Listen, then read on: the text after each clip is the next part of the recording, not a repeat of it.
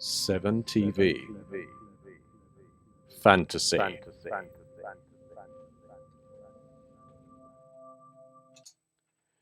Thank you for tuning in. My name is Robin, and I'm going to talk about 7 TV Fantasy. I'm going to reveal the contents of the box and talk through little details about how the game plays, the overall concept, and whether you should rush out and buy it. This isn't a review copy, by the way. This is one I've bought, so any opinions are mine. I've tore it open about a month ago, but a couple of the components have still yet to be opened inside there. But as we go through, I'll detail them, talk about that information in the rules in a little bit more detail. So if I zoom down on to the desk from there, you see before you, first of all, the box art. Isn't that fantastic? The detail and the art in there. And I'll just bring the whole thing into the frame. Yep, Crooked Dice, British games company. They produce miniatures and war games skirmish rules, 7TV being the primary one, which they've been producing for years now. And this is the latest flavour of that, set in a fantasy world. And they've given it a nice, simple titled name, Fantasy. Cinematic skirmish in fantasy worlds. They've also teamed up with Edge Hill University Press to help flesh out the rules and all of the backgrounds and information in there as well, because there's lots of cards and info for different settings within here.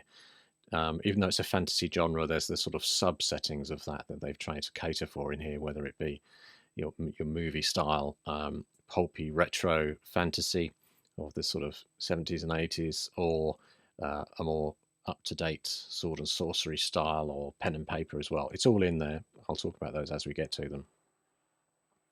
So let's get into the box now. May need to adjust the focus just there first.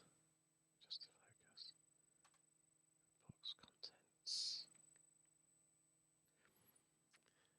So I will actually get myself out of the way there because I'm tucked in there, picture in picture. So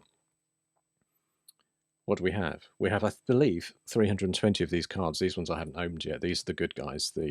Well, these are the neutrals, I believe. And then there's heroes. We've got here heroic stars here, all detailed in that stack. And the ones I've opened so far are villainous style character cards. So I've got Necromancers, Minotaurs, various monsters in there as well. And every stack card is complete. And if it's a hero type, a villainous star that's your leader of your force, not only do they have all their special abilities and attacks detailed in there, they also have how those special actions and star qualities work as well. So yeah, special effects are detailed too. What that means for you as a player is that when you're building a force, it's very quick. Everything's to hand. You don't really need to spend a lot of time looking in the rules, but we will tuck into those. And also I'll show those cards in a bit more detail later too.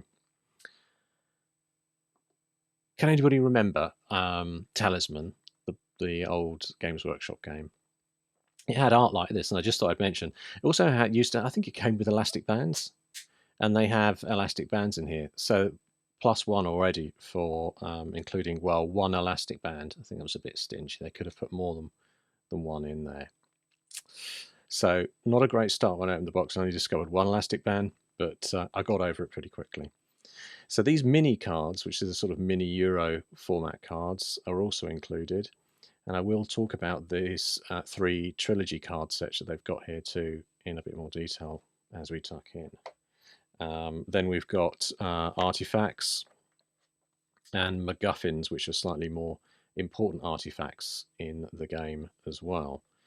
And as you can imagine, artifacts are the kind of thing that you have a few to share amongst your force, and the MacGuffins are the kind of big event on the table, or the big event item that can be found later on in the gameplay, picked up by a character, and it could be a game-changing situation when you find it.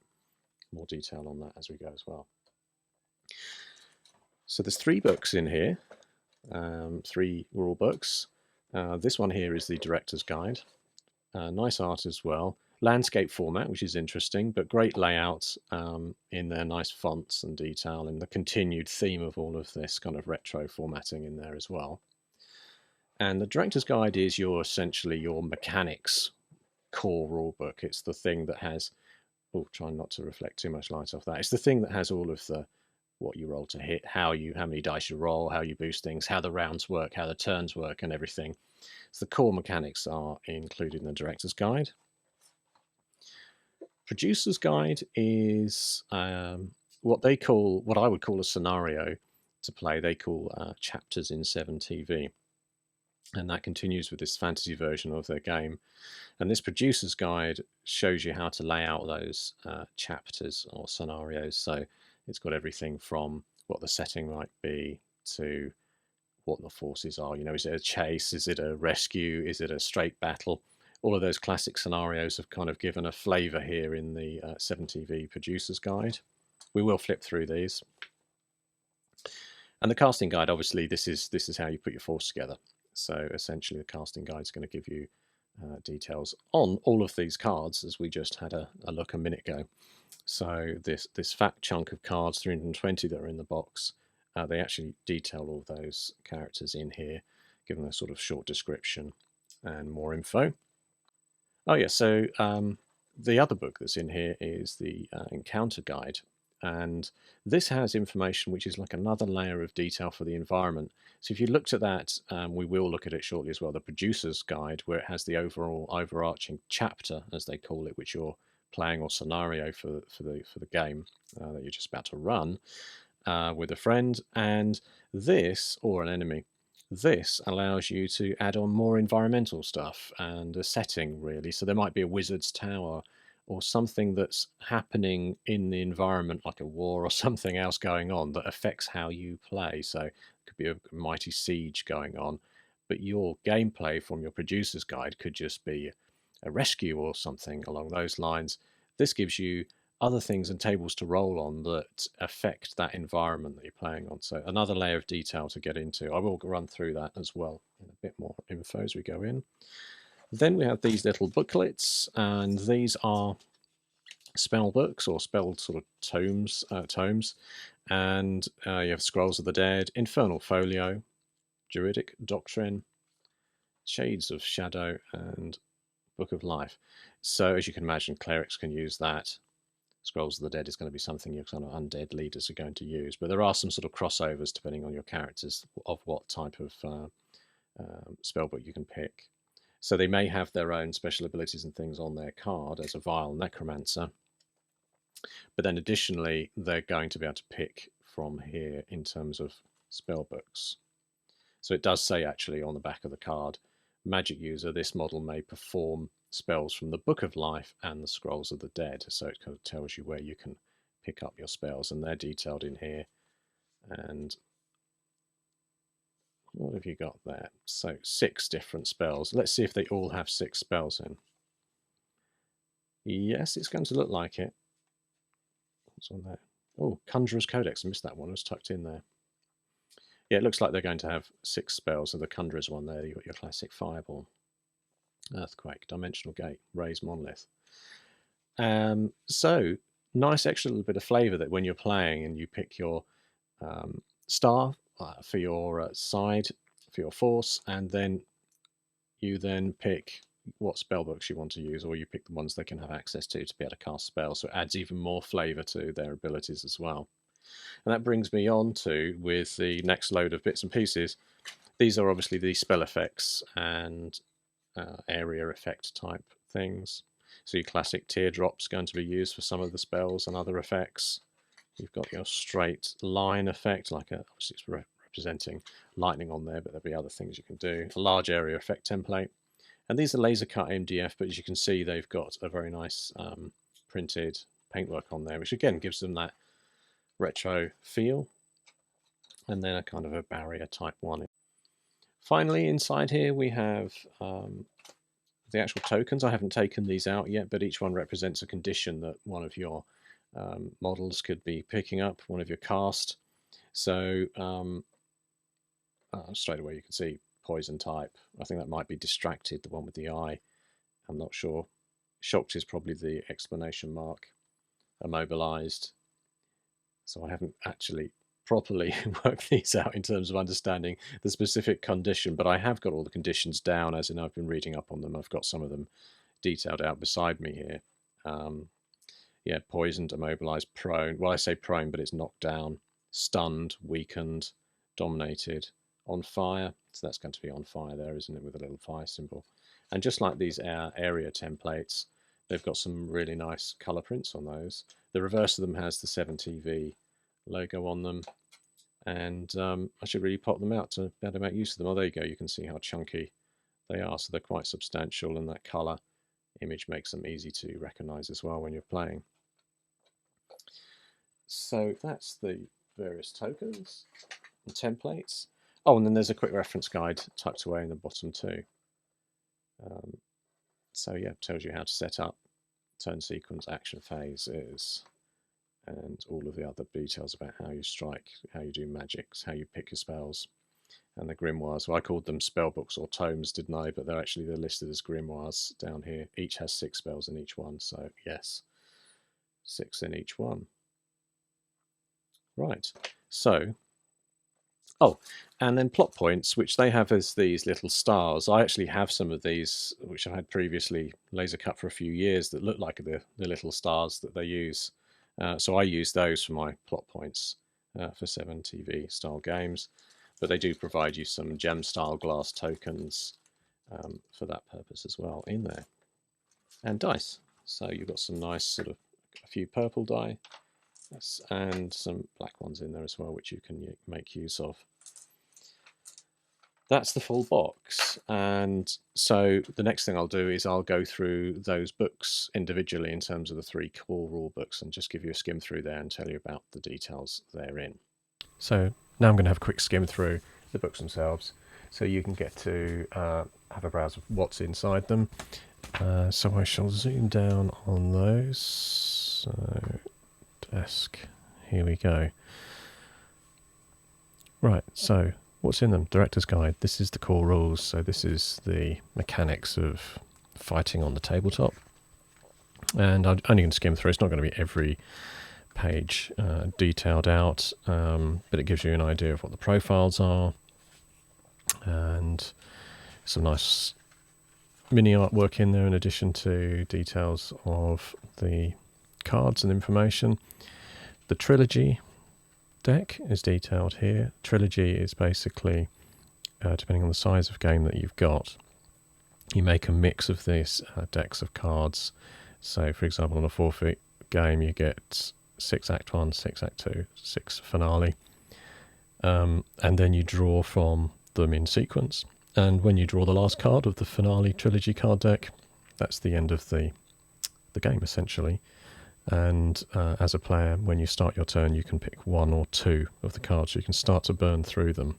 So that's great, and that's the core. That's right at the core of 7TV, is going through these different acts, and that works for me. I enjoy doing that. It tells you about the different actions you can do. Basically, it's 2 action economy. You can only attack once per round, but what you can do when you activate your models on your turn is you can charge, if you can get within base to base or within attack range of something for a strike, a hand-to-hand strike, you get a free charge attack initially, plus then you can then do your normal attack as well. But the core in terms of activation is that every turn, when you have your cast on screen, or it's your go, essentially your activation, you find out first of all how many plot points, these little stars that you get, by running through the calculation on here, depending on how much of your force is still alive, and then you use those plot points to activate models. So you can end a turn with some of your models not activating at all, because you might have a limit, you may have a smaller cast that's been half killed off, so you're then running a bit limited on how many of the plot points that you can generate from your cast. So then when you want to do those 2 move actions, or move and strike, or a special, because you can do up to 2 actions in the 2 action economy of the game, you spend one of those plot points that you gained at the start of your turn to activate one of the models in your group, and they can then move and strike, or they can do a double move. They can't do 2 attacks, but there's an exception to 2 attacks. If you move into a charge, you can actually then complete an initial attack from the charge and then follow up with a second one. So it says here, you cannot take 2 fight strike actions unless otherwise stated. And if we flip to the move, you can do a charge here, and if the model ends its first move action within fight range of one or more opposing models, you can make an immediate charge attack as a free action. So a charge is made with any fight attack that the moving model has in their profile and has the range to reach the target model, and you resolve that attack immediately before taking further actions. And you can't do that if you're in the back zone. But there you go. So that gives you that little exception. We missed that when we played it in our first game, which you'll see because I follow this with a bit of a session that we had in the garage. And then you've just got a whole series of things that detail out these various conditions, of which I'm sort of messing up over on the left over here. I basically had some of these laser cuts to represent the different conditions that you can have in play. In fact, some of them are from a previous, I've used them for Dungeons and Dragons and other things as well, and then I've had a few more done and cut for this game so I can clearly see the conditions. And they affect how you play. Essentially, they're going to affect whether you're immobilized or you're knocked down. Distracted is an interesting one because if you can apply that using a spell or some other kind of effect that applies the distractive token to an opponent's model, it can't then boost its attacks, because that's one of the things when you do those attacks actions for strike actions, you can add another one of the plot points that you've gained. So you're playing 1 point to activate the model, but then if you then do a strike action, you can then add more dice to that roll by using plot points. So you can kind of essentially throw all of your good plot points onto some of your tougher models to really do some damage with them, or you could save a couple of those back to boost your defense rolls when it's your opponent's turn. So you don't lose your plot points at the end of your turn. They carry over to the next round. But you will want to hold on to some, because if you're defending, you may want to use them for that. Or you may have some end of turn, end of round activity as well that you want to do that costs some points. Yep, so it's got all the stuff to do with moves in here. I think that's probably everything I wanted to say about the core rules, except just one thing, and that's when you're making a strike, either it's one at something close to you or one at range, it's the defender that rolls their defense first. So they get to choose, they get to roll their defense dice and add their defense to it, but they can choose to add more to that roll as well. So they can choose to say, okay, I'm going to spend a couple of plot points because I really want to defend this well, and then they add dice to that roll. And then it details here also the mechanics of the rolls, which you'll see in a moment with our first ever game, which I've got recorded on this video too. The initial die that you roll, it's what you'd normally roll and add your defense to if you're rolling a defense, or attack if you're doing the strike action. However, the extra dice that have cost you plot points add on to that roll as well, but they do it in an interesting way in the sense that you roll all 3 dice and it's the highest number that you select as your actual number that you add to your defense or strike. The other rolls that are less than the highest number only add a +1 to the roll if they are 4+, so 4, 5 or 6.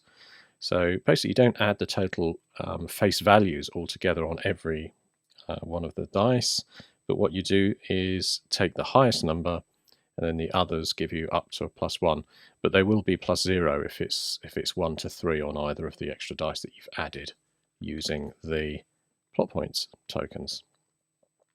That'll make a little bit more sense if you have the time to listen to the rest of the video when I show the video of the gameplay as well, because you'll see that in action.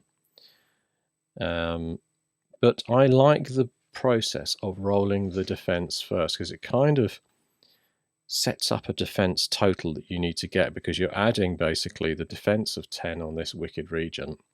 You'd add your dice roll to that, and you might roll a total, you might get 15 in total as your defense. It's then up to the attacker to go, well, am I going to apply any additional plot dice to this? Because if I need to get a 15 against this region and I'm attacking with a weak skeleton, I might not be able to do it. So there might be no value as the attacker of then adding any additional plot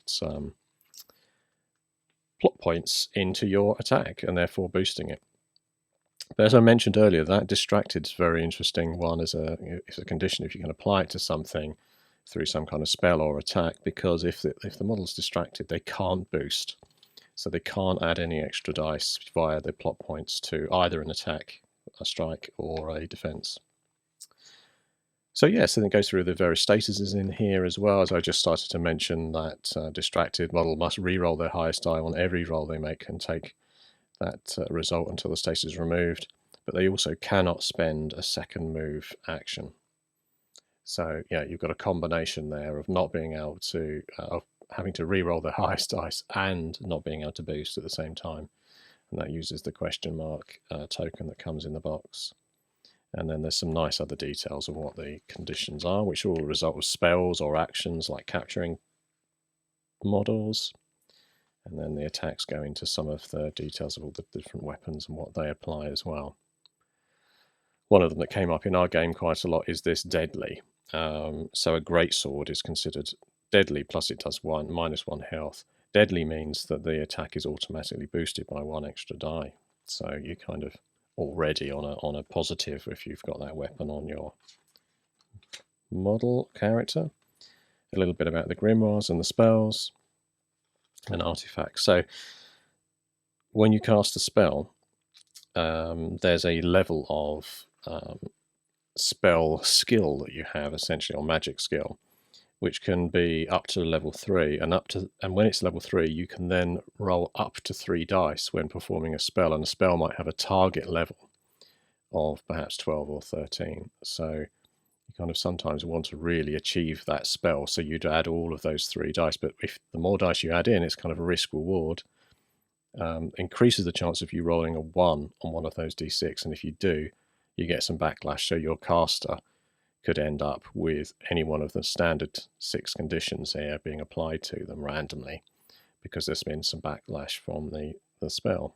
That happened to my character in the play that will follow this section. So yeah, as I said, that's quality-wise, I would prefer, I think they call it perfect bound rather than this staple bound, but they're quite thin, so they probably wouldn't take a perfect unless you got them all into one solid book, and then you'd lose the convenience of having these as separate books to use. You can see I've had them for a month, and one game is already they're beginning to sort of get a little bit turned up at the corner, because I'm not very careful either. I just dive in there and throw these around, so that's partly my fault. But they are, they're not super tough books. And in your first few games, you will need to reference them a lot. So that was a director's guide, producer's guide. This is what they call chapters are in here, and they're really scenarios for how to play. So you saw their raid, the race, the escape. In our game, we played a raid where you had to capture or take a prisoner out of action that was being held by the defenders. But there's a whole series of them in there that you can pick. So you can randomly you can randomly pick a particular scenario. So it's got them all listed here: battle, escape, raid. Or you can go and select one you like yourself. So you do all the classic stuff when you're starting a chapter or a scenario, is that you pick your force. Are you defending? Are you attacking? Then you determine whether you're going to use any encounters from the encounter guide, and that's the encounter guide which I'll flip through in a moment. And place some objectives down. So the important thing is to get some objectives on the table which give you victory points if you claim them.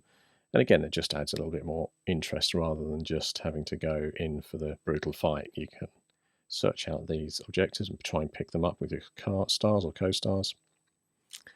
And a MacGuffin, this is an extra card that you can pick. If you choose to use it, it says it's optional here. When you use the MacGuffin, it's like a mega powerful weapon type thing that you can find, or a special item, your holy grail type thing. And if you can get to that first, you can use that for your force, and they typically have some kind of bonus effect for your team. Your cast, as they call it. And it can give you up to 3 victory points on a 1d3 at the end of the game too, so it's well worth trying to track that down. You then pick your locations and place your models, really, and in terms of placing the models, it's the defender would place all non-sneaky, and then the attacker place all their non-sneaky, and then the defender places sneaky, and the attacker places their sneaky. So sneaky is an ability that allows you to drop things on out of sequence. And then overall, the chapter scenario, if you want to call it, they call it chapter, but it's kind of like a scenario as part of a campaign. It tells you how you work through all the setup, pick the encounters from that encounter guide, and then eventually get to the victory points at the end. So a classic game, really, a skirmish game.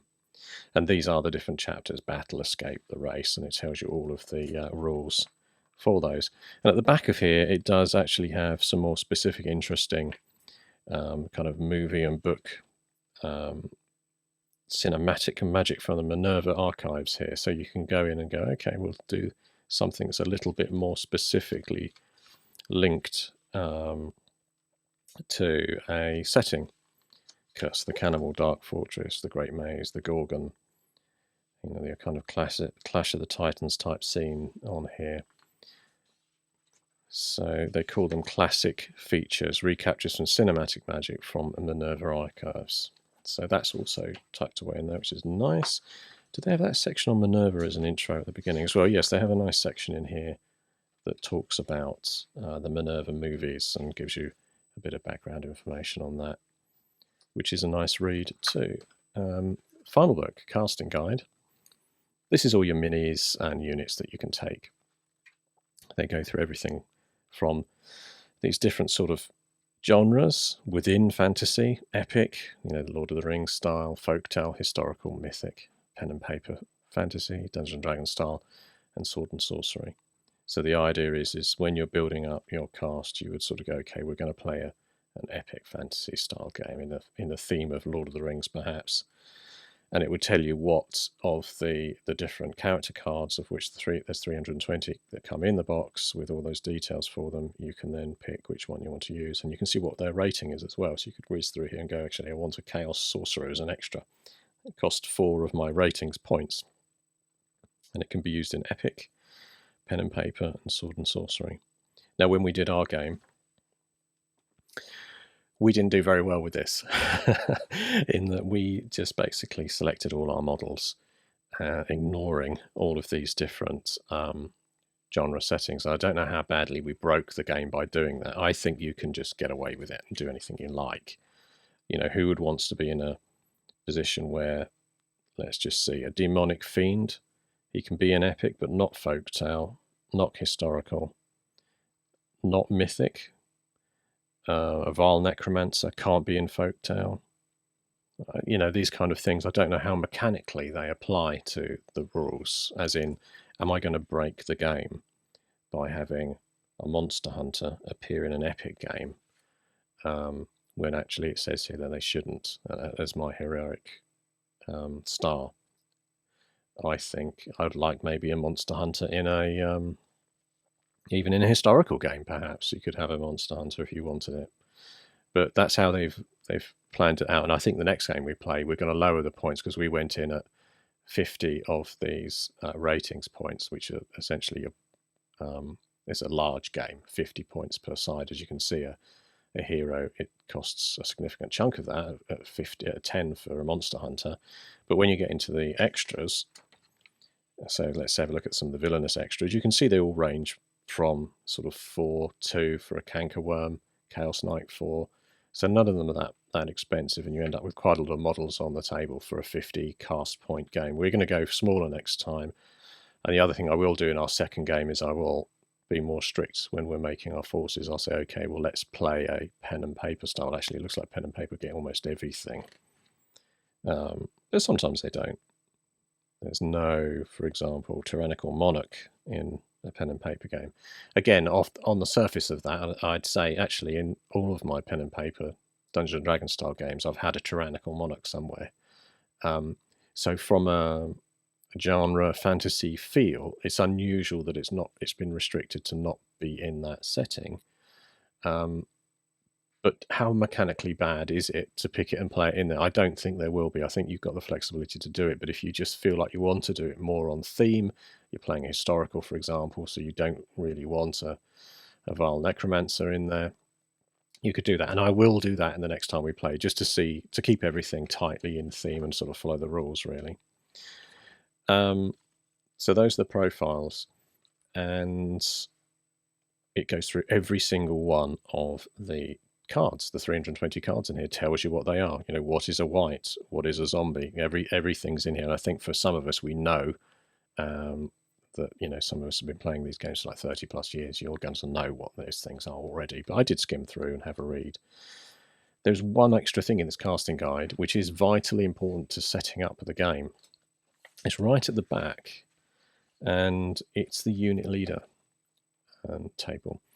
So from the director's guide, I mentioned that you use these plot points to activate individual models one at a time. So if you've got lots of cheap models on your side, they both generate quite a lot of plot points, half a point each for an extra, but you've also got to use a lot of plot points as well. So you know what can happen then, it can be a drag later on because you end up with like 15 models and not enough plot points to go around.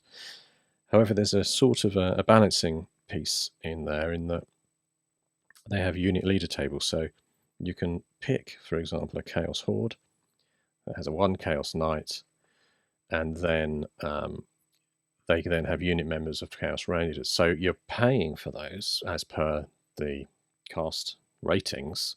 So you do have to pay for them all individually. But during the game, these unit leader types can actually, you spend one point to activate them, and then either they have a free option to activate their unit for free that's within 6 inches of them, or you have to potentially pay 1 point to activate every one of the additional models in that group. So for economy of play, I would almost say every game you want to play where you've got a reasonable sizable force on your side, it's worth thinking about having some unit leaders and not just going for lots of individuals, because the unit leaders are going to give you that economy on your spend of plot points, because as you activate the leader, you can then typically activate their group either for free or as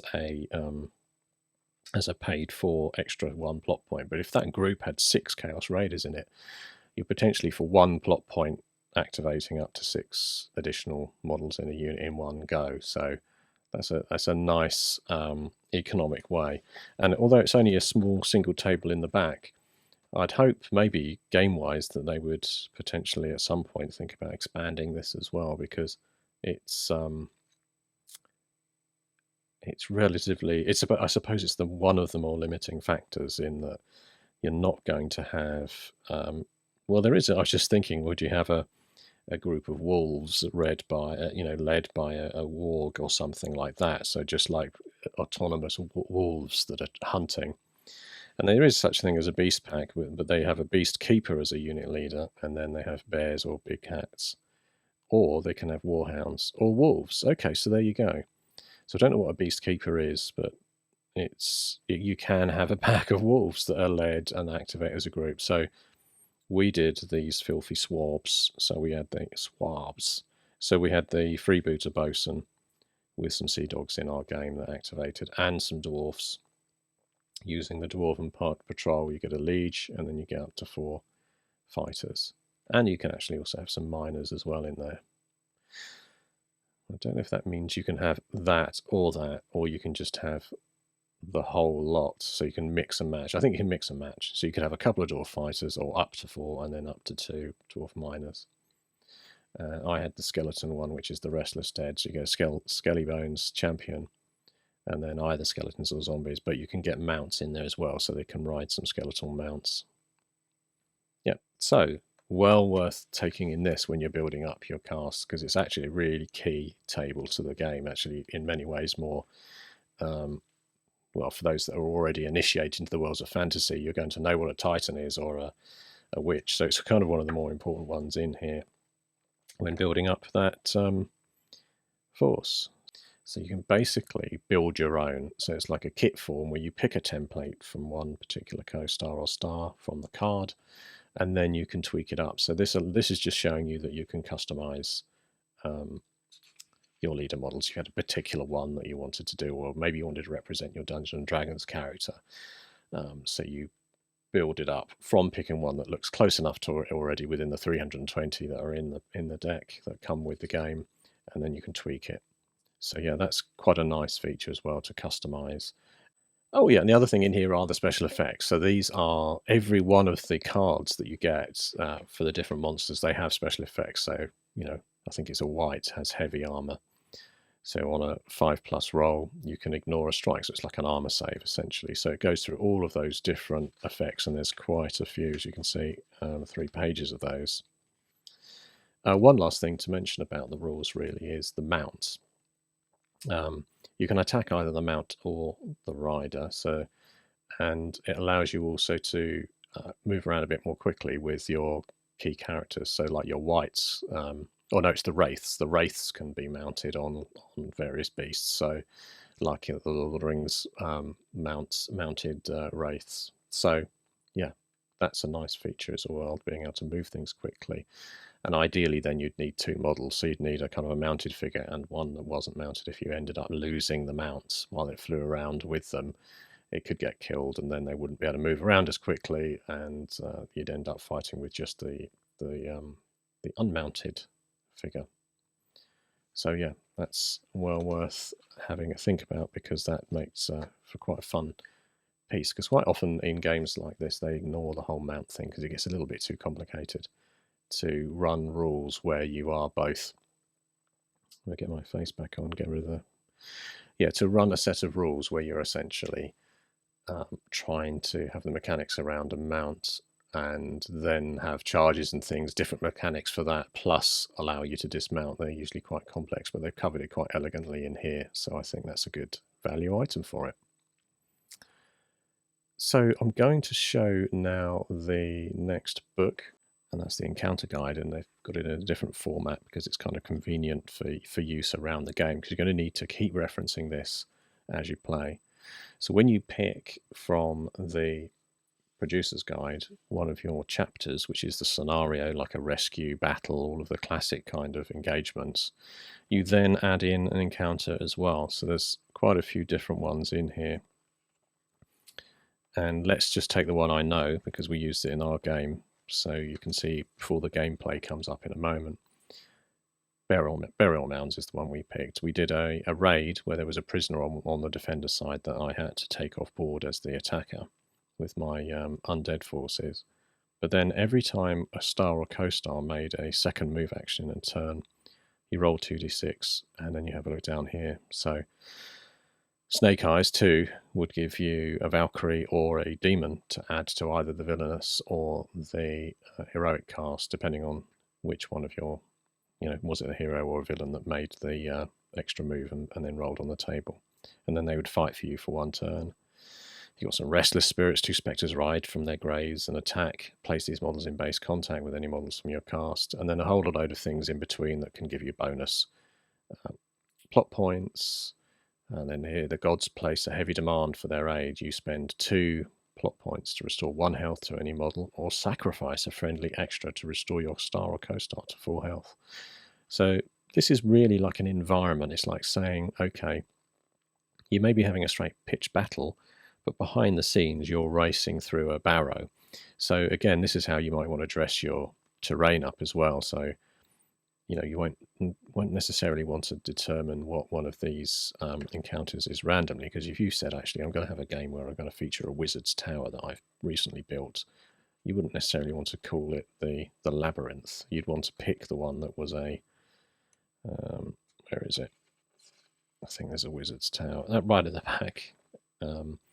You'd say, okay, yeah, I've got a wizard's tower. I'm going to put it on the terrain layout, and then I'm going to shuffle some of these extra MacGuffin cards into the side for the playing game, put them face down, and then there's 6 objective tokens represent a myriad of magical alchemical wonders. So basically this one puts lots of MacGuffins out onto the table and makes things very dangerous. Quick reference card is the last item in the book as a pamphlet style, and we found we were using it a lot. So whenever we got a little bit stuck, we were sort of coming back to this and having a look through, because there's elements to do with the mechanics of the rules that are in the director's guide, and then some other elements are in the producer's guide for the actual initial setup and bits and pieces. So they combine that on this one A4 sheet here, and all the statuses are detailed as well. So very useful. We found it useful for our first game. It was very handy to have it along with us. And these are all the cards which I just want to talk through, really the trilogy side of things as a first one. So you've got Act 1, Act 2, and Act 3, which is the finale. So basically, whilst playing, when you start your go, you will pick, when you take your turn, you pick one or two of these.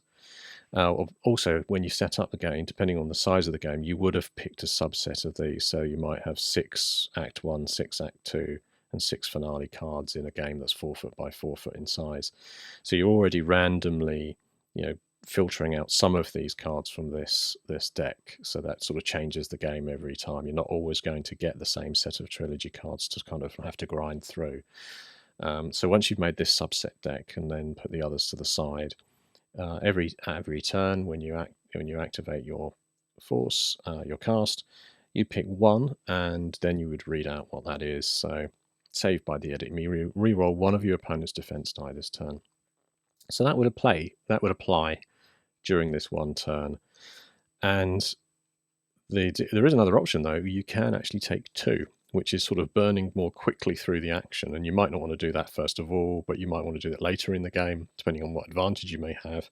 If you take 2, both players immediately get given 2 additional plot points. It sort of represents that the threat level's gone up. You've taken 2, you apply both of the effects.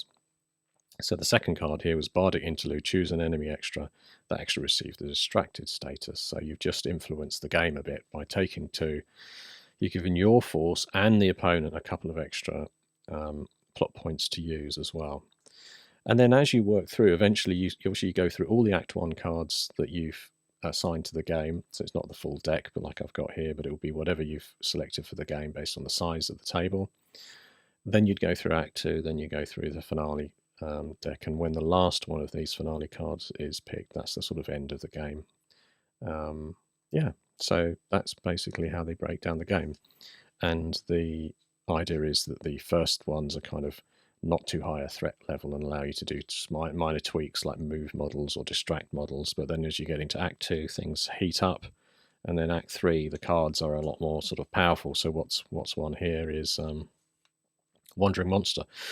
All non-large or non-massive models must make a body statistic test. Models that fail are knocked down. So something's coming through and bashing things up. Blue screen, thinking. All stars and co-stars activated this turn must use their star qualities. So it's like you've got to start performing a bit more at this stage. So this is interesting. Prepare to die. 1d6. Each cast receives the number of rolled in plot points. It's kind of giving you loads of extra boosts to make it more threatening on that last in that last act, the finale act. And then the MacGuffin. So I'll do the artifacts first. So you might, if you've got 2 forces, you might get a couple of artifacts each. There's rules for how you get them assigned, and then you have them randomly picked. But some of the characters have a preset artifact card that they're given because they're specifically, they have some kind of mega powerful sword that they always take, or a shield. And you assign these to particular characters. So again, some of them have a cost to use in plot points, some of them don't. And this one says, look at the current acts. Trilogy deck, you may arrange the deck in any order. So that's interesting. That's like you saying, oh, I'm going to be the next person to pick a card, or you give the other opponent a pull one of the trilogy card. And then other ones of these artifacts are a little bit more standard, like swords and things. Mithril chainmail, that does have a cost. When your opponent declares the target of a strike, the target of the strike adds +2 to its defense roll, so essentially giving you a +2 on your roll for wearing Mithril Chain, but you do have to spend 2 plot points to engage the Mithril Chain, so that's a very Hobbity Lord of the Rings one. And I had some extra trilogy cards there. And then the MacGuffin, you just have one of these in the game, and it replaces an objective token. So one of those objective tokens that you put in the field at the start has one of these assigned. So we actually assigned it up front, but actually in the rules it says when one of the characters gets to or one of your models gets to and activates the MacGuffin and finds it, you randomly pick this. So you'd sort of just go, okay, what's it going to be? You've got the Eye of Set. So you'd randomly pick that up, and then you'd have the abilities on here. So encrusted with the eye of monstrous statue is a large, brilliant ruby. This model who activates this MacGuffin must make a body test. If successful, add a giant snake model to your cast. So they all sort of add another. They might add something to your cast or give you some extra special ability.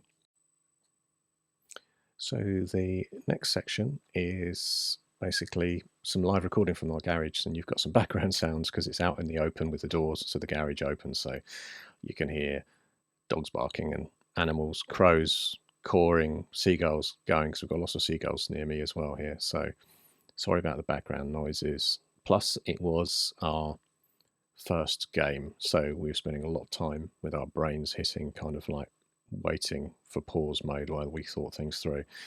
And we made quite a lot of mistakes. So some of the things we did were basically where we didn't know the models enough. So I cast a spell at some dwarves. It turns out that they're doughty and they have an ability to save against being knocked out. So we forgot to do that. So I thought, oh, hey, I've knocked them all out. And they were all stunned, but they weren't, because they then made their doughty checks. But we ended up doing that later in the turn because it was forgotten. I also forgot armor on several of the occasions with skeletons, and I think it was whites have heavy armor as well, so they save on a 5 or 6. So I was being hit. My whites were being killed because they only have 2 health. They were being hit twice, taking 2 health, and then I was taking them off the table. Then momentarily I was turning around thinking, oh, hang on, they've got heavy armor. So we were sort of forgetting and learning, and because we were doing that, we're kind of forgiving each other those issues. So it's quite a long section. If you've got the power to trawl through it, you may learn a few things as I go through the dice rolling a bit, the movement, and some of the actions. But in the end, the undead force got the highest amount of victory points by finishing off in their raid objective. The raid chapter that we were doing meant that they needed to take a prisoner off the table that the defenders had, and we did that. Plus, we also got the MacGuffin, and I rolled 2 victory points for finding and using the MacGuffin. So, yeah, it went more, I think, generally speaking, that the undead were being beaten physically and more because either my gameplay or just the attacks were much better from Simon, who was playing the heroic force. But ultimately, we won because we got the objectives done, and that was mostly because I'd used a Wyvern and flew it quite a long way across the board to get the MacGuffin, and then flew it in a chase by doing a double move with its 8-inch fly. Meant the double move was going 16 inches, and it was sort of flying around and picking up the MacGuffin and then killing the actual prisoner, which then got the prisoner off the table too. So it did well for me. It was a kind of model of the match, but perhaps in the future with that knowledge we'd be playing slightly differently as well, because there's so much to learn on the cards and the decks of the miniatures that we will learn more for our next game and hopefully avoid some of the mistakes we made too. So that's it. I mean, and by way of review, I mean, it's great fun so far. I don't think I can cast full judgment on it yet. There was a lot to keep in mind while playing, so it's a bit unfair to mark the game down or anything at the moment based on one game that we've had. We both have played 7TV before, but not very frequently, so we knew the basics of the mechanics, but we had a lot to learn in terms of the rules and the various things that we had to pick up. But it was a lot of fun while we did it, so we had a laugh. Hope you enjoy the next bit of the video. Thank you for listening. There's that director's guide. That's the main core rules, basically. All the mechanics are in there. And then they have the producer's guide. This one I've lost track of where the front and back colours are. It's very badly done. There it is. Casting guide, that's all the minis and the units. Producer's guide, which is all of the chapters or scenarios detailed in there. Encounter guide is why I've wanted a graveyard in the middle, because I've picked an encounter called Burial Mounds, and it means basically stuff happens on the battlefield that's separate from the chapter or scenario as they've detailed. So it's like an extra bit of like activity in the environment. So burial mounds means that you can get weird things happening. So here are the villainous forces.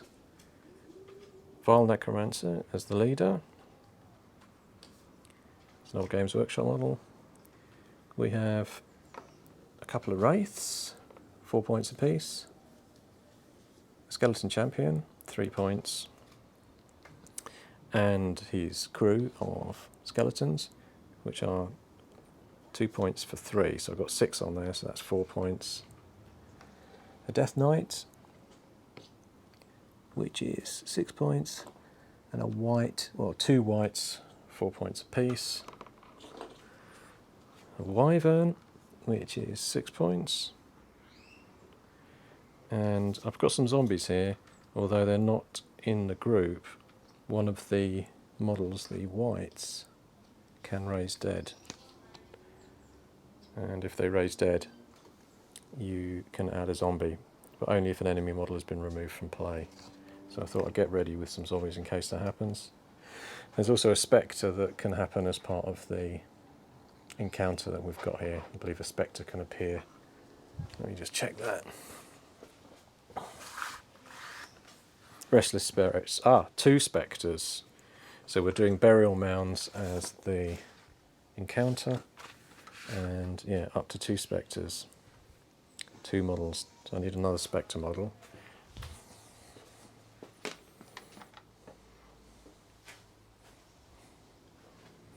Here he comes, just in case he arrives on the table. Plus the other one with the Burial Mounds encounter that can happen is that you can have a random demon join the villains for 1 turn and a Valkyrie.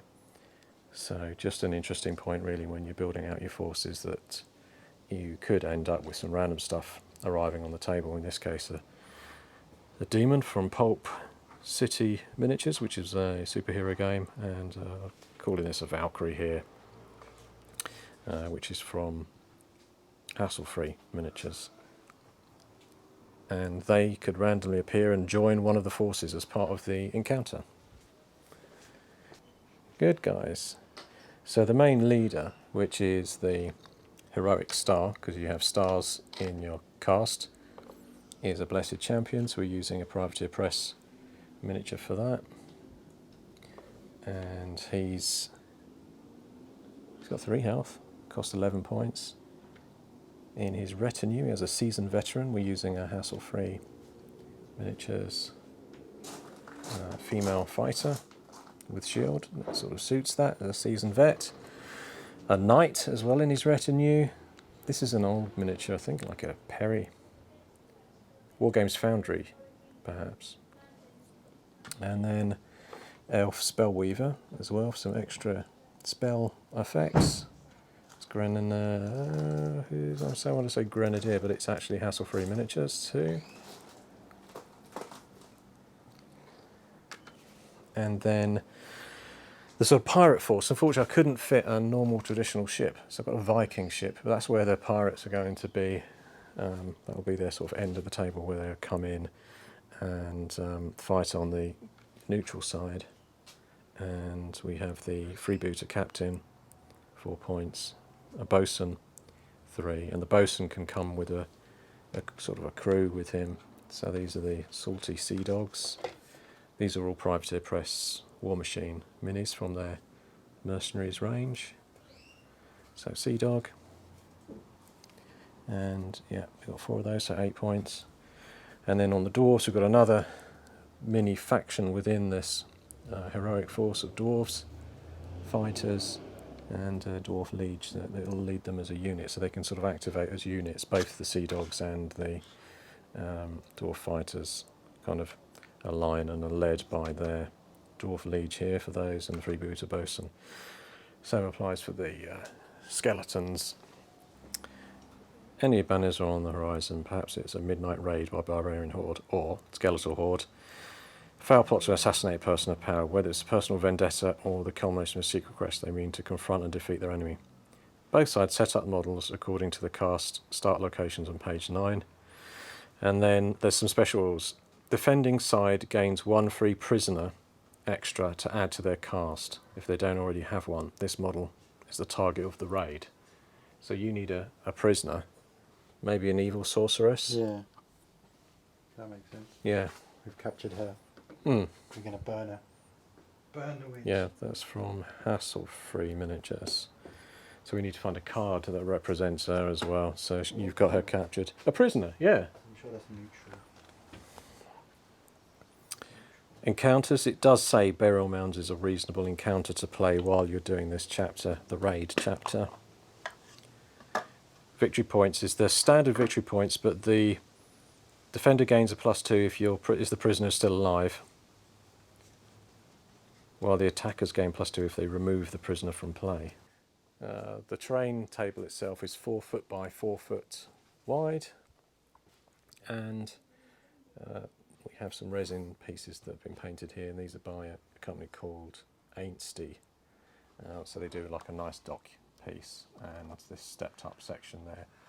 The rest of it is a kind of edged piece of medium fibre density board, MDF underneath there, with some built up foam core and various gravels. These are Foreground, UK company that makes these nice buildings which all have interiors. And we're using that as the village, and then a graveyard over there, which is the kind of burial mounds encounter area. So if you start down that end, so each side starts in an area from the back of their playing edge up to 3 inches forwards from that edge. So it just means you place all your models. You don't have to sort of place the star and the co-star first, you just place them all down. But we do have to create a trilogy deck by checking page 17. 17 on the directors. Here's the trilogy deck, and I think because we've got a 4 foot table, we need 6, 6 and 6 cards. So from the trilogy deck we need 6 of the Act 1, 6 Act 2 and 6 final. So these are broken down that in Act 1 there's a lot of movement type cards, so you draw them out and they give you kind of a movement boost to your cast. Act 2 things are kind of heating up, and you've got some other bits and pieces like attack bonuses and things in there. And then the final is where the finale is where it really picks up, and the cards can be quite devastating when drawn in terms of 6 of each. 6 of each shuffled randomly. Yeah. So we made our 3 acts, which are 3 stages of the game that play, and it gets more and more heated towards the finale. And each turn that your cast is sort of on set and playing, you draw 1 or 2. If you draw 2, both players also get some of the additional plot points. So these are the plot points. You generate these at the start of every turn, depending on who's left alive in your cast, and they allow you to do boosted actions and extra dice on attacks and various other different things during play. So if I just show you what we mean by gaining your plot points, the little stars, the side on screen, so it's the person's go. Also we do initiative first as well, and that stays the same for the entire game. So it's 1d6, and again we're adding our mind of 4, so it's 1d6 each to see who, and this sets it for the game. Oh, it looks like, it's a 1 and a 1. Oh, I'm getting rid of I'm burning my 1s out early. So it does actually say if the result is a tie, both sides immediately gain a plot point and roll again. So there you go, sir. You get a plot point straight away, and I get a plot point straight away. So, and the side that fails to win the chapter's first initiative turn receives 2. Oh, so I failed. I get 2. I get another 2 for my group. I'm really boosted on this first round. I assume it means because you're going to go first. Yeah, probably. So one on each turn, one single side gets to act, and the side taking the turn is on screen, basically, because they're in action. And then the side completes phases, Trilogy Phase, Action and End. So the Trilogy Phase is where they draw 1 or 2 cards, the Trilogy Deck. You gain more if you speed through the effects packed conclusion. So basically, if you draw 2 from the Trilogy Deck in Act 1. Are those all the ones that we've got, or are those the spares? Those are the spare ones. Okay. This Oh, is you've the- stacked them there. Oh, you stacked them there. So basically, as the game plays, when we've won through all of these, the last one is the end of the game. So that sort of represents how you work. So basically, because Simon's going first, he can draw 1 or 2. If he draws 2, we both instantly get another couple of these plot points each, because it's kind of considered that we're burning through the card deck. Yep, so we've done the initiative roll, and then on the Trilogy Phase, you'd get 2 extra plot points if the face down card is a finale, or 2 to each side if someone chooses to burn through 2 cards when they start on their activation. When you get into the action phase and you want to find out how many plot points you get half for each extra in your cast, rounded up, 1 for each co-star, and 2 for each star in your cast, and 1 per starting health of that model when an opposing co-star is reduced to 0. So when you kill your opponent's star or co-star, you get some extra plot points on your side, just making you a little bit more active. You can spend plot points to activate one model, buy extra dice for defense, buy extra dice for striking, use some special effects. So some of the cards have, there you go, for example, Freebooter Captain can spend 1 plot point for you lubbers, or boarding action of 1 plot point. So as part of setup, we need to place objective tokens. Each chapter uses these tokens to represent items of value, so the scenario. You roll 1d6 to determine how many tokens are used in the chapter. So if you could roll 1d6 over there, we'll find out how many tokens. 1? Go on, roll again. 3. 3. So we've got the objective tokens 1, 2, 3 over here, which they were provided with the game. Defender places the first token face down, and the players alternate placing them until they're all placed. Tokens cannot be placed closer than 2 inches from a player's start location or within 6 of another. Ideally, tokens will be placed so that it's equally challenging for each side to reach them. So any model collects objective. When a model comes into base contact, they can use a special action to pick it up. The player whose model picks it up should place it off the playing area. Any co-star or star collecting objectives will gain their side too. Anyway, MacGuffin will do that. We'll put a MacGuffin down as well. This is like that everything around the plot is revolving around this MacGuffin. Some sort of Holy Grail thing. I've got these which I haven't painted up yet. Like swords and things. That could be a MacGuffin. These were from Crooked Dice Games, the guys that make 7TV. Got like a holy hammer or something in there as well. Might have a better MacGuffin somewhere that's actually already. What's that? Oh, yeah, like some kind of holy smoking thing. Holy smoking thing. Yeah, that'll do as a MacGuffin. Cleansing fire of something or other. So if you choose to include the MacGuffin, then choose the objective token furthest from any models to represent it. Okay, so, and they do sculpted versions, yes, which I just showed you. The player whose side gains it can draw 1 random MacGuffin card. The MacGuffin is worth 1d3 victory points at the end of the game. Oh, so it's actually a good thing. I mean, kind of forcing it a little bit, but it seems to make sense that maybe the graveyard middle would have the main MacGuffin objective. So then you can place 1 objective and I'll place another objective near my edge. Artifact Horde, right. We've done the initiative. Each star or co-star in your cast adds 1 artifact card to the Artifact Horde. Each model with the artifact special effect adds 1 artifact card to the Artifact Horde. So basically we've got 4 artifacts by default because we've got 1 star and co-star on each side. But I don't think I've got any with the artifact special effect. I'm having a look at my vile Necromancer and it doesn't have artifact on there. We ended up with 4 artifacts being randomly drawn, but one of them was selected by the hero for the the villainous star. Well, sorry, the heroic star. But I've got the Horn of Dread with the Vile Necromancer, which means that when he is attacked, when he's attacked, they halve, rounding up the strike number against him. So he's kind of like powerful dread surrounds him, making him difficult to strike. And Elven Waybread is the Death Knight's. I have no idea why he's carrying Elven Waybread, but that's how he's hanging out. And basically, for no cost, can remove poison, stunned, or weakened status from a friendly model.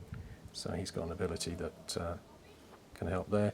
They've also both got the ability, the Vile Necromancer, Villainous Star, and the Death Knight Co-Star can cast spells from Scrolls of the Dead, which is a Grimoire here with 6 spells in. So I'm not wholly familiar with those, or unwholly familiar, so we'll wing it as we play. I've set up, you're meant to set up within 3 inches of your sort of table setup zone on the edge, so I'm on this side of the board, Simon's got his figures over here, and we've kind of gone thematically. The Salty Sea Dogs have come in off a boat, and with some dwarven support up here on the wharf. Dwarves on the wharf. The spellcaster and heroic leaders retinue there, and there's the main MacGuffin.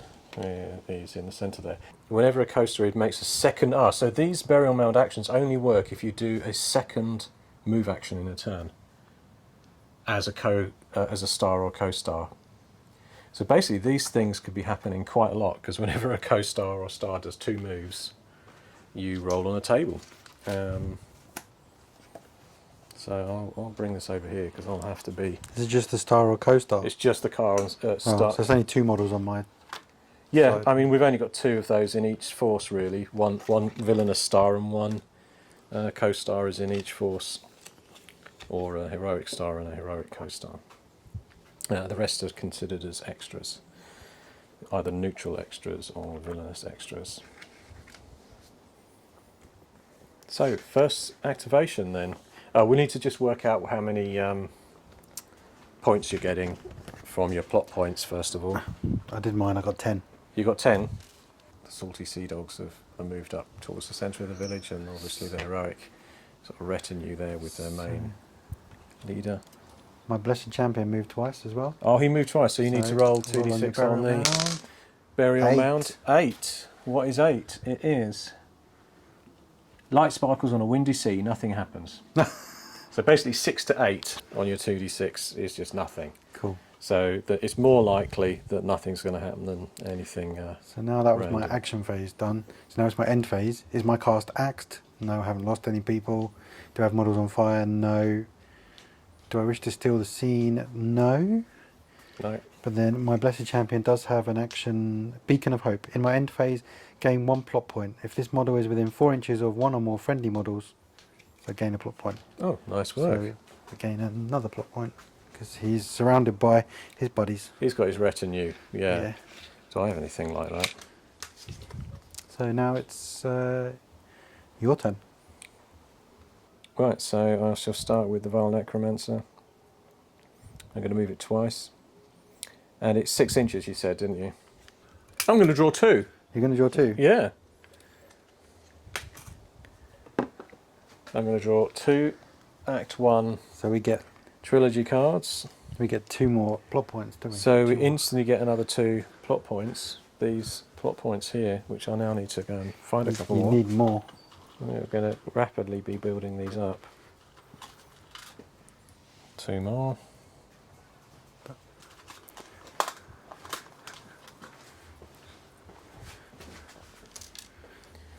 Okay, 1, 2. And then 2 things happened. Okay, so I can... Continuity error. I can choose 2 friendly non-extra models and switch their positions without incurring free strikes.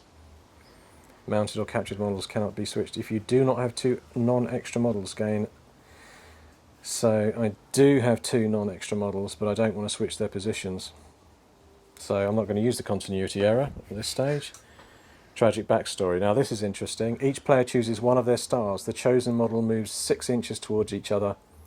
If a cast does not have a star in play, the opposing player selects the model that will make this movement. If no players have a star.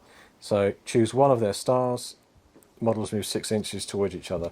So that's interesting. That's come up, and it's a movement boost, isn't it, on the Trilogy card. So I move 6 inches towards your guy, and you move 6 inches towards me. So timing wise, I assume we can generally just move them in the right direction towards each other.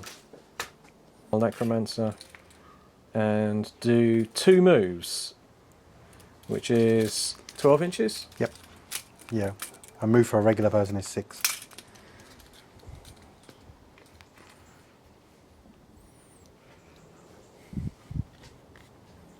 I sort of feel like I don't want to go all into charge range yet.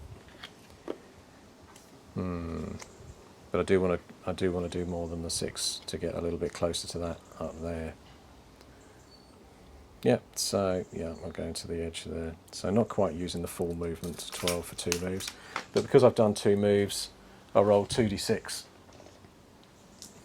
on the Burial Mounds table, which comes up 5, Ancient Altar. Up on a barrow where no fire will burn, you find the remains of a pyre. Among the ashes you discover a great ruby. So I just gain another plot point.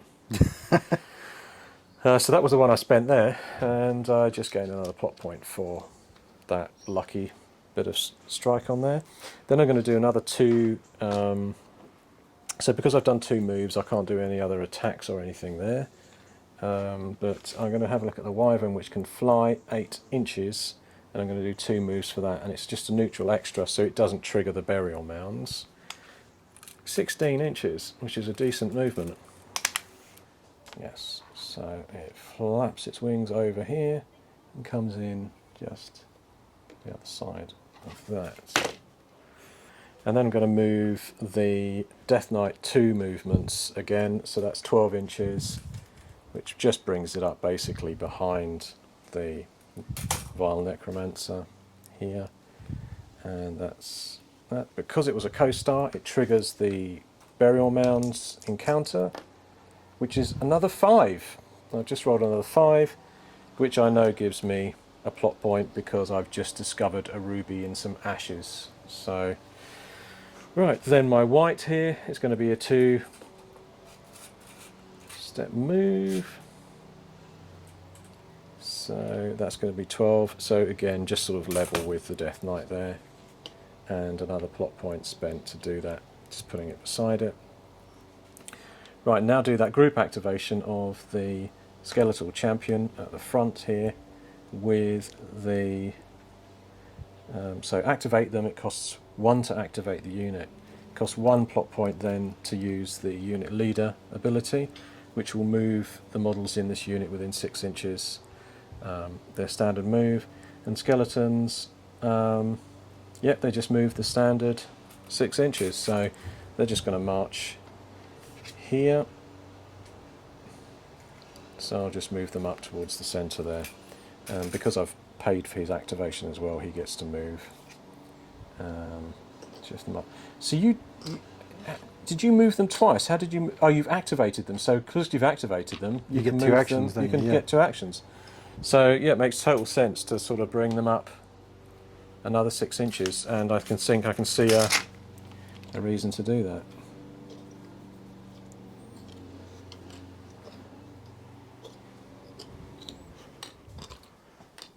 So I don't have a spare action to pick up the objective though, because it says it's a special action to pick up the objective. What do I do, Simon? Is your cast axed? No. No. Any models on fire? No. No. Do you want to steal the scene? No. In other words, do you want to have another go? Oh. Oh. I might want to steal the scene early. So this is basically... I think you generate half plot points, I think. Yeah, I generate half plot points, and basically what would happen is that I'd get another go with these half plot points. And you're meant to do it at a crucial stage, and I kind of feel it's quite crucial with the MacGuffin here and our objective of getting to the graveyard. Turn over 1 or 2 trilogy cards as normal. However, you steal in the scene only gain half normal plot points. I'm going to do it. I think I want my... I want the Wyvern in the centre of the graveyard, dramatically and cinematically flying down to swoop on the MacGuffin. So I might use this Steal the Scene. I'm going to do it. So Steal the Scene you can only do once per chapter, so the whole scenario, and it allows you this extra go, and you generate half your normal plot points because it just gives you a bit of a disadvantage. But these are all my spent plot points now, so those are literally spent and gone completely. You've still got these ones But left I've still over got anyway. those left that were there ready to use too. And I'm just picking all these up off the table. So how many did you generate before? Was it 9? Yes. It was 9, wasn't it? Yeah, 'Cause I was 10. Is it rounded up? So it's rounded down. It's rounded down, so I'm going to get 4. 4. So I'm going to get 4 tokens back for taking this Steal the Scene and getting an extra turn right now. So, well, first of all, I've got to do the dramatic move with the Wyvern, and it gets 8-inch move, which I think is going to be enough to land beside the MacGuffin. He moves 8. Yeah, it's an 8-inch fly. Man. So yeah, he's going to fly straight in there.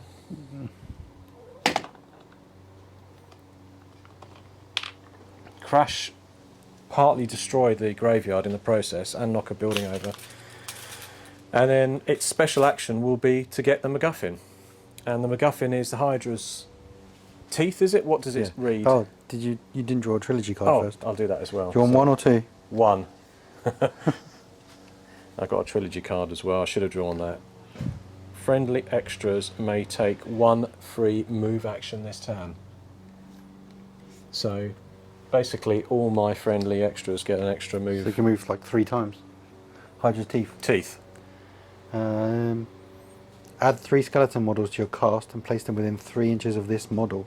These models do not generate plot points or count towards axing. In your end phase, the model that used this MacGuffin must make a mind statistic test. If unsuccessful, remove the skeleton models from play. Okay, so, well, I'm going to summon the skeleton models. Try and repair what's happened with the Wyvern coming in and cracking the... Why not? The Wyvern's knocked a headstone down. It would do, wouldn't it, as it came in? It's getting there close. So yeah, the MacGuffin has been picked up, which is where the blue flame was, and 3 skeletons have been raised to fight for me, but I've got to make a mind test at the end of the turn, otherwise they just fade back into the ground. His mind is 3, whatever that means. So all my friendly extras can make 1 free move action this turn, so I'm going to do that now. So the only extra here is this white that's going to do a 6-inch move there for free. These other whites are all going to move over the back there. White and 2 wraiths are going to move 6 inches too towards the edge of that.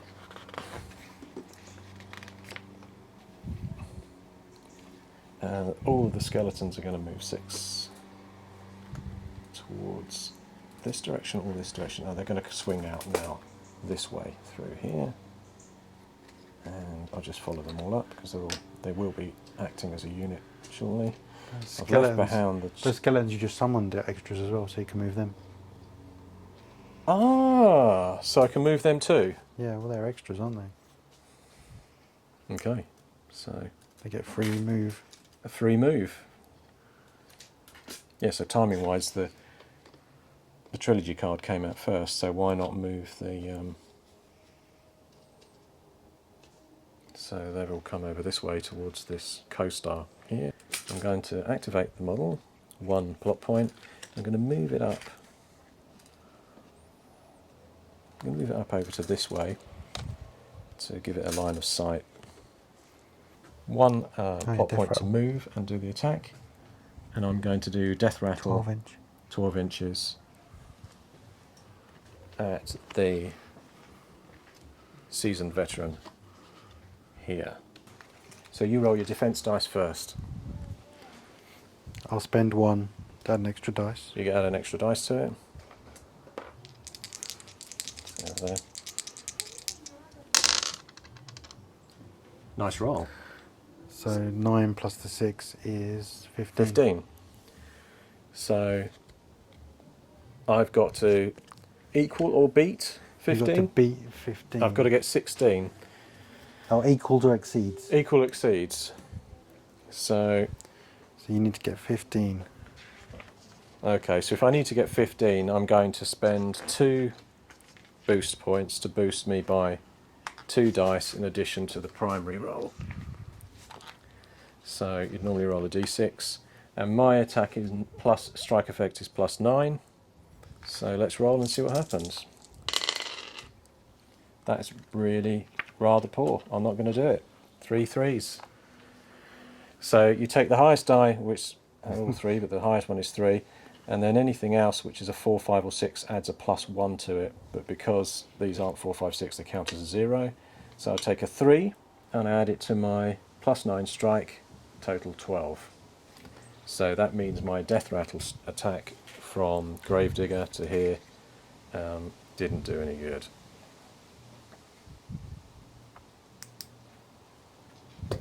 Damn you, I missed! Saved by the... Edit. Okay. I can reroll one of your defense dice this turn. Ouch. And I'm going to be attacking you this turn. Yeah.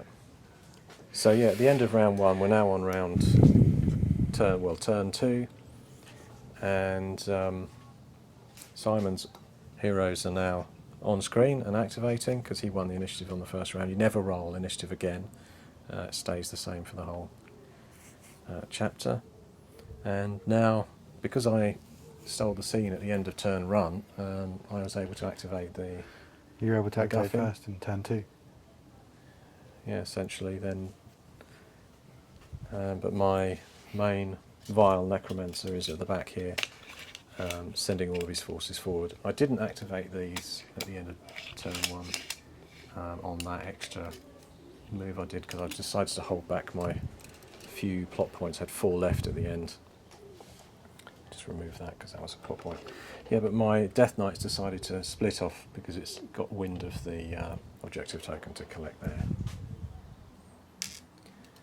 And yeah, the Wyverns were right in the centre, dramatically flew down and tore up the MacGuffin, summoned me those 3 skeletons, which have kind of boosted my skeletal force around here, which the co-star for the heroes is now pretty much looking a bit overwhelmed. So let's see what happens next. Talk it through. So your knight has charged the white to try and end that fiendish undead's life, and so I roll my defense first. So if I have a look at my white, I got defense 8. So basically I'd roll 1 dice and add it to that, but what I'm going to do is boost it by 1 plot point, which gives me 1 extra dice. So that's now spent, that plot point. Whoa! Terrain going everywhere.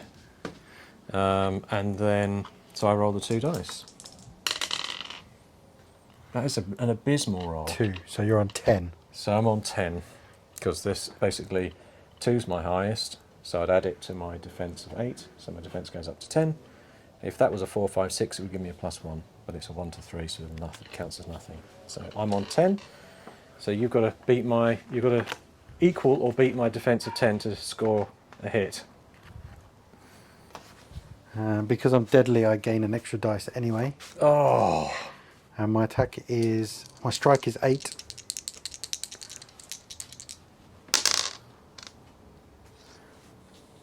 Plus You've done 4 is 12. So you've got a hit. Got a hit, it just takes 1 health. And 1 health. So nothing really has more than 3 health, does it? The heroes have 3 health, so you don't really need a lot of damage tokens. Most things tend to have 1. All extras usually have 1, but because this is a white, it's got 2, so just so that we know on the table. So you've not applied any kind of condition to me there? No. No. Right then, so... But you know what? What? Second action. I'm going to hit you again with a broadsword. But you've moved. You get a free action. When if you end your movement in fight range, you get a free strike. Only on your first move, though. So if you end your first move... If you end your first move, it's like a charge, basically. Yeah. So that was a free hack when you came in, but go for it again. Oh dear, I'm burning through my plot points. I haven't... So go on then, it's your defensive 8 So I've got to again. roll my defensive 8 again. I'm gonna add another token to it. So I get 2 dice. So I've got to try and get these to come up over 1s, 2s and 3s for me. That's a little bit more like it. So I've got a 5, and I know... 8, so that's 13. 13 total, because that, basically talking through this again, 5's the highest, so that's what the number's counted as, and it adds to my Death Knight's defense of 9. Not Death Knight, sorry, White, defense of 8. So basically I've got 13, and that would, if it was 4, 5 or 6, that would give me a +1, but it doesn't. So it gives me nothing. 13 is what you've got to beat. So I've got So you've got 2 dice. So you've got 2 dice. I got my, because I'm deadly, my broadsword's deadly, I get an extra dice. Okay. And I might as well spend, because I've got them, I might as well spend a point Ouch. to add another dice. This could end the white. So, did you get 13? 13, yeah. So you need... I need a 5 or a 6. That is amazing. 6, 6, 5. Excellent. So 6, let's count it up. So 6 adds to that, doesn't it? So that Your makes strike. 14. 14. And then you get an extra +1 for each above 4, don't you? Yeah. So 14, 15, 16. 16. So that's well and truly over mine, which gives me a second wound. And I don't think I've got anything I can do against that that's magical or anything, because that's my second health gone. Have you done any double moves? Move up the street? No. No. He's going to move up the street, and then he's going to shoot At a white. at your white in the front there. So I'll do my defense again. I'm not going to give this any boosts. I'm just going to roll the dice clean, because it didn't do me any good last turn. But I got a 5, so I'm quite happy with that.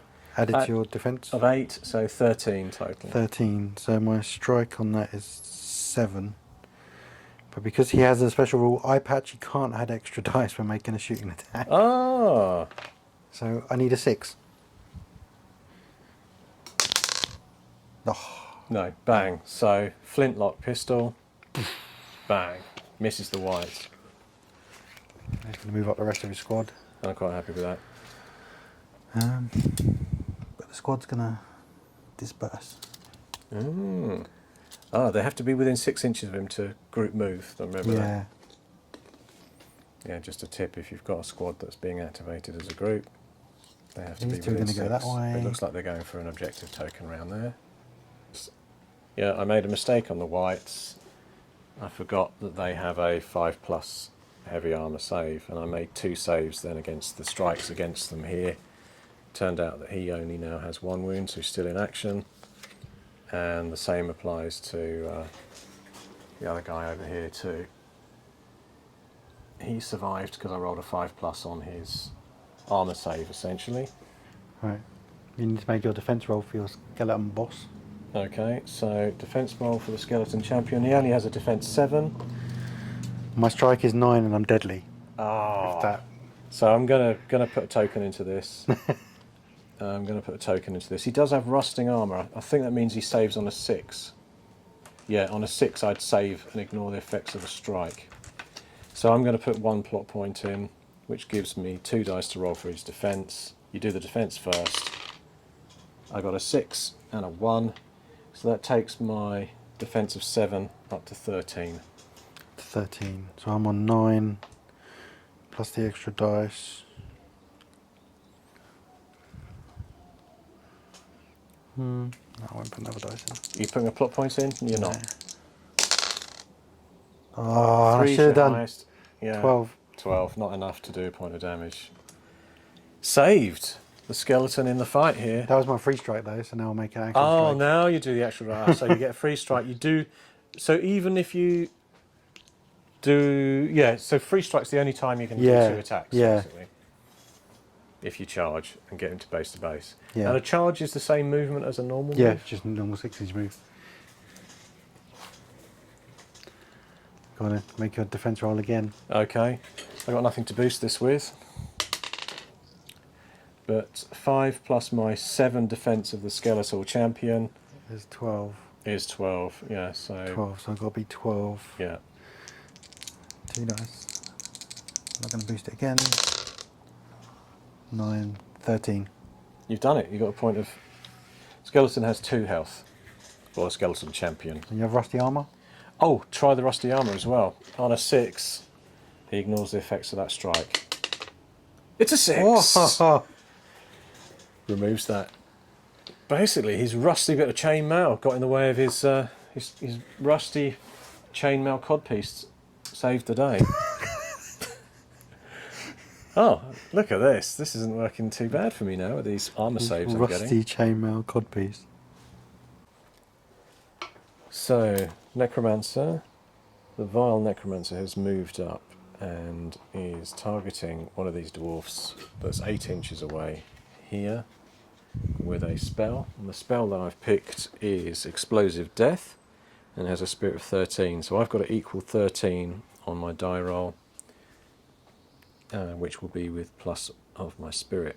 And because I have Magic User 3, I can add up to 3 dice into my pool for this. So I've used all 3 of my Magic User dice, and I rolled 8, which is the exact amount I needed, because 8 plus the spirit of 5 will equal the difficulty of this spell of 13.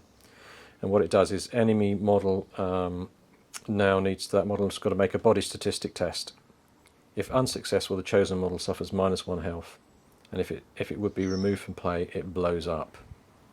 So you've got to make a body. And after resolving this, because you rolled a 1, you receive a random status. Ah, because I rolled a 1 because of the fickle nature of magic. So I'm going to get a random status too, because I've drawn on a lot of power to make that happen. So it's a body test, is it? Yeah. So my dwarf has a body of 3. Yeah. Which means I need a 5 plus. A 5 plus to succeed. Come on, we want the explosion. 1. So, how many health has that dwarf got? 1. So basically, he loses his 1 health. And blows up. And blows up. So I place a 5-inch blast template. That's this, isn't it? On the point of death, and all models touched by the template receive the stunned. Which is going to include, so it's that guy there. Poor dwarf just exploded and shards of bone wiped out. Well, they're stunned. And what does stun do to them? Stunned models are temporarily knocked out and are quite incapable of defending themselves. Stunned models are immediately knocked down, cannot be allocated any plot points in the action phase, or make any attacks, including free attacks. Models with a stun status are disadvantaged and never get to roll any dice when defending against an attack. Oh, so it's just against their pure. So I'm going to have to move something in there to have an attack. I did it, basically education-wise, I did that in the wrong order, didn't I? I should have done my Necromancer first, knocked a few things down, and then moved in with some of these skeletons and things. But at least I took one of the dwarves out, and I do have two skeletons nearby I can activate to at least try and take out a couple more of those dwarves. But I only have... yeah, well, I don't have much in the way of plot points left. Well, I have 3 left, so I could still activate them, I think. Okay, so what's the status my Necromancer's going to get? Hi, you have to roll 1d6. Find out what random status I got for rolling a 1 on my spell. 3. 3 is immobilized. Oh. Immobilized. So, yeah, got to spend a plot point to get rid of that immobilized token there. Right, devastation. Massive explosion across the graveyard. 1 dead dwarf. Many casualties on the floor afterwards too down here. And, yeah, things are happening. Yeah, we had the knight come in and he took out 2 skeletons, and they both failed their shield saves of 5 or 6. Got a white that's been knocked down and has 1 of his 2 health gone here. Immobilised here. Unfortunately, half of these dwarves saved their... what was that save that you had to make? Doughty. doughty save, which meant they weren't all stunned. Only one of them was, but he managed to get up as well. So I was quite pleased the way I pushed you away. I pushed his heroic star away using the flail attack from the Death Knight, which was a nice 2-inch sort of pushback. And then my vile Necromancer used its end of phase action, which is no room in hell, and I managed to get 2 skeletons back to provide a kind of a buffer against the heroic star here that's no doubt going to turn around and start smashing me up. Anybody done a double move to bring up the burial? No. No. I'm going to activate the Dwarf Liege. Dwarf Liege is activating, and then he's going to use his free move to activate the full squad. Yeah, it's going to charge. Oh, he's going to charge. Charge that skeleton first. So he gets an initial charge strike attack, which is the one attack type that's in addition, which we forgot earlier, but it's in addition to your normal attack. So basically, if you do manage to reach base-to-base contact, you're getting an attack initially and then another attack. So my defense of a skeleton is 7. I'm not going to boost that at all. So my defense is 9. So you got a deadly axe? Dwarf Liege, no. He's strike 9 though. Strike 9 against a skeleton, okay. So he's already done. He doesn't even have to roll. 12.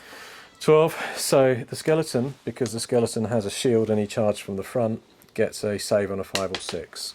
No. So that's 1 minus 1 health and 1 dead skeleton removed from play. And then I'll order the dwarfs in for free. So yeah, it's free to do your unit order. Unit leader order.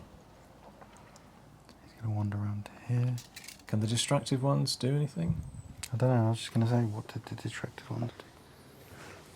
Got a couple that were distracted because one of the cards came up but provided... Oh yeah, they just re-roll their highest dice on every roll. Okay, so they can move and do stuff. How many plot cards have we got left now? 3? Yeah, not many. Not many. Do you want to do your attack one at a time? You've just moved one in, have you? Or move this one in, yeah. Yeah, so do that one. He's got a free... Did he charge in? Yeah. So he's got his initial strike. I'll do my defense is 7 on a skeleton. Plus 5, 12. That's not too bad. So I'm on 7. 10. Plus 10, so I'm Nothing. good. So my second attack, or my regular attack even. Yep.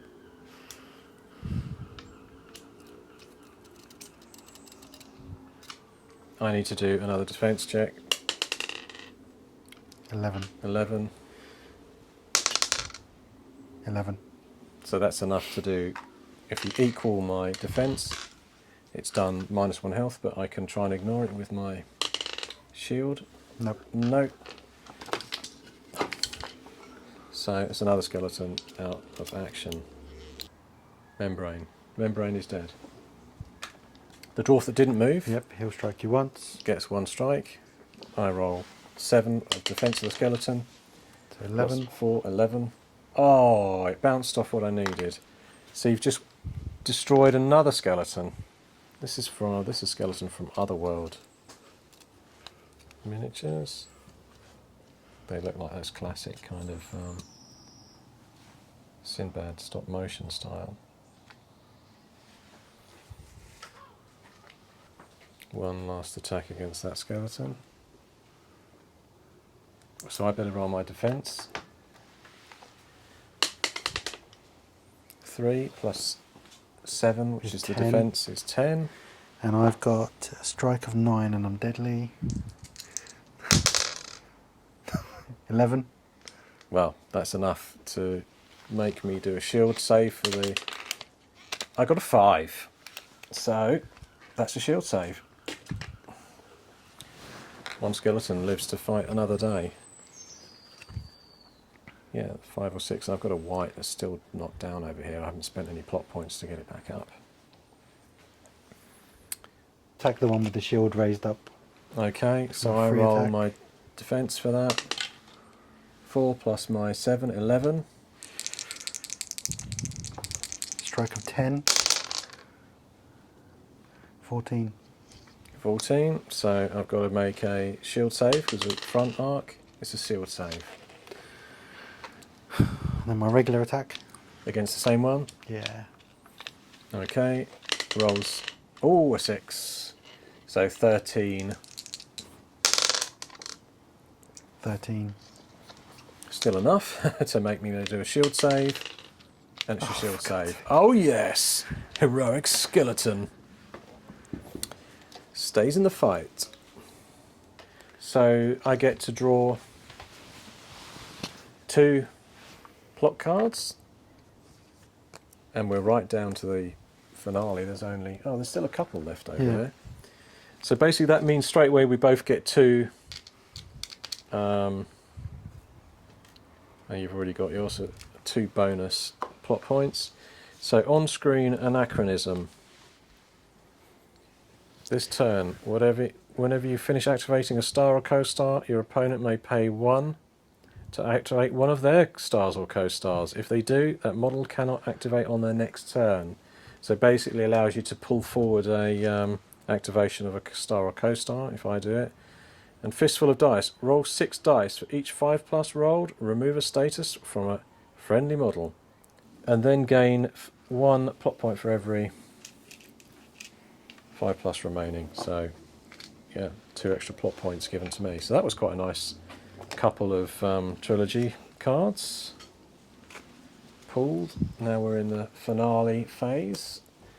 Plot point wise, I get 2 for my boss, 1 for 2 wraiths that I've still got in action. Death Knight's still in action. So the co-star gets 1 plot point, I think, isn't it? Yeah. 1 for a co-star, 2 for an actual star. Yeah, and then basically Half for each extra.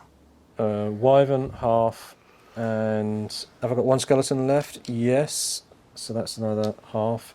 And then I've got another 2 skeletons that are here that will give me another 1 point. I'll pull all those off. So I've got quite a healthy set of plot points this round, and that Wyvern's desperate to deal with the prisoner over there, and so is the white. So I'm going to activate the Necromancer for 1 plot point. It's not going to move, but it's going to do a Screaming Skull attack. So actually you're in combat, so if you're in combat it's risky, so I'm not going to do that. That's a lesson learned. So instead, I'm going to back off 6 inches in the opposite direction to get away from your leader.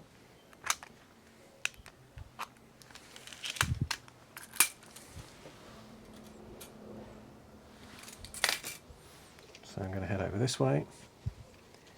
And then I'm going to do a Screaming Skull at this guy. So roll your defense. Yeah. Who's that? My freebooter? Yeah. My captain. Oh man. Defense 8. 14. What was that total? 14. I can't match that.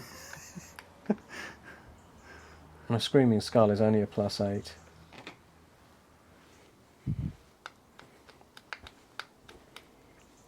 I'll try it. I'm going to add another 2. So I'm going to do the full dice stack. That isn't too bad. So it's 5 plus that 6, 14. So you've got -1 health. Oh. Does he have 2 health? He does. And he's also distracted. You've got a distracted too. Okay. So that wasn't too bad. It was worth adding the 2 extra dice.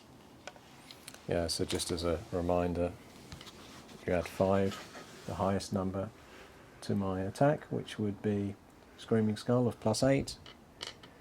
So it makes it 13, and that would make it another +1 because it's 4 to 6, gives you a +1 on any additional dice. So then I'm going to use this one here to activate the Wraith, who's going to go into your distracted model. He's already taken 1 injury, 1 health damage, and then the Wraith is going to do a Morbid Blade on you, or a Chill Touch. Morbid Blade, +7. Roll your defense. Defense 8. Oh, 9. 9. So my Chill Touch is a my Morbid Blade is a +7, so I'm just going to roll straight. 9. 9. Is equaling you then. Yeah. So you take -1 health. That kills him. Yeah.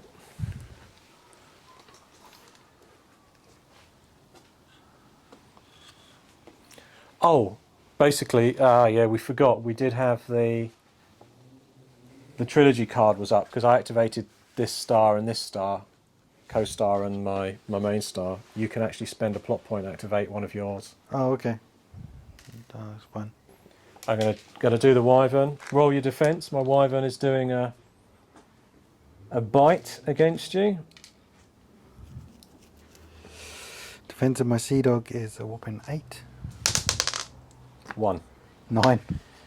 So I'm going to roll just 1 dice, which is a 2, and my attack of the Wyvern is +9 on the bite, so you're -1 health and weakened, but I think you're gone, aren't you? Yeah. Yeah, he's just basically been torn apart with a bite from the Wyvern. So I'm going to try the Vile Necromancer's. I think I can use this Vile every turn if I use the points on it. I think so, yeah. Yeah, so basically no room in hell. I'm going to spend my saved 2 plot points and roll a d6 for every one of the undead models, and they come back on a 6. Oh, a 5+. It's return to play with 1 health. So, Skeleton Champion. Well, I'll just do the skeletons first. It's 3, 4, 5. So one of the skeletons has come back. And I've got another 2 to roll. No. Skeleton Champion. No. 2 whites. 1 white comes back. On 1 health though. So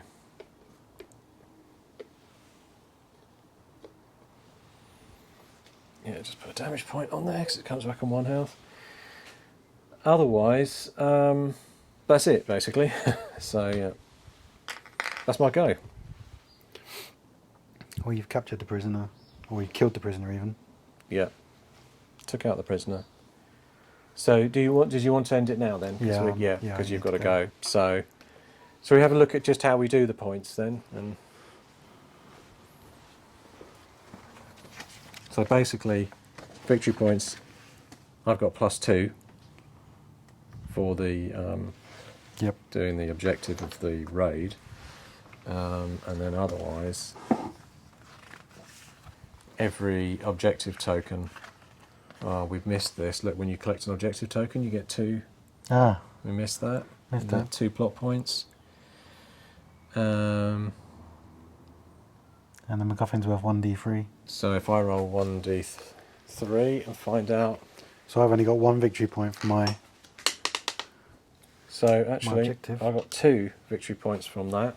So I've got 4 2, total. 4 and 5 for your other one. For the objective, Yeah. yeah 5. 5. But what do you get for killing my stuff? I don't know. So I don't know. I got 1. I got 1 for an objective. You might not even get any points for killing stuff. victory. Oh, there you go. Look, enemy has no models in play. Text. Nope, nope, nope, nope, nope. No. So it really is So what did I get? 5? 5 to 1, yeah. So decisive victory. Decisive victory. Oh, that's quite interesting then. But I mean, we did have another round to go where you could have done some damage. We've got a lot to learn, haven't we, as well? Because we didn't get everything we possibly could from that. Yeah, we've got an awful lot to learn because we didn't really pick up all the rules until we got about halfway through, and we haven't finished because we've run out of time today, mostly because it was a lot of time setting up. But yeah, I think it's been quite a lot of fun, and I think we've got a lot to learn about the abilities and things. I mean, the mini of the match for me was the Wyvern, in that its 16-inch movement was the perfect hunting skill to try and get to the prisoner that I wanted. Oh, is it? Right around the board. Right around the board as well. So yeah, that was a lot of fun. Yeah, and it's just great. We've used miniatures from Games Workshop, old ones and new ones, Otherworld, War Machine miniatures, some very old Citadel Games Workshop models there as well. Hassle-free, I think, is in there. Some hassle-free minis, and that Otherworld is that white there. Games Workshop skeleton. Yeah, so great fun. It's a shame. I mean, the Burial Mounds was fun. I think we kept forgetting it sometimes. So, and the MacGuffin was great to summon a few skeletons in there as well. Held me up. Mm.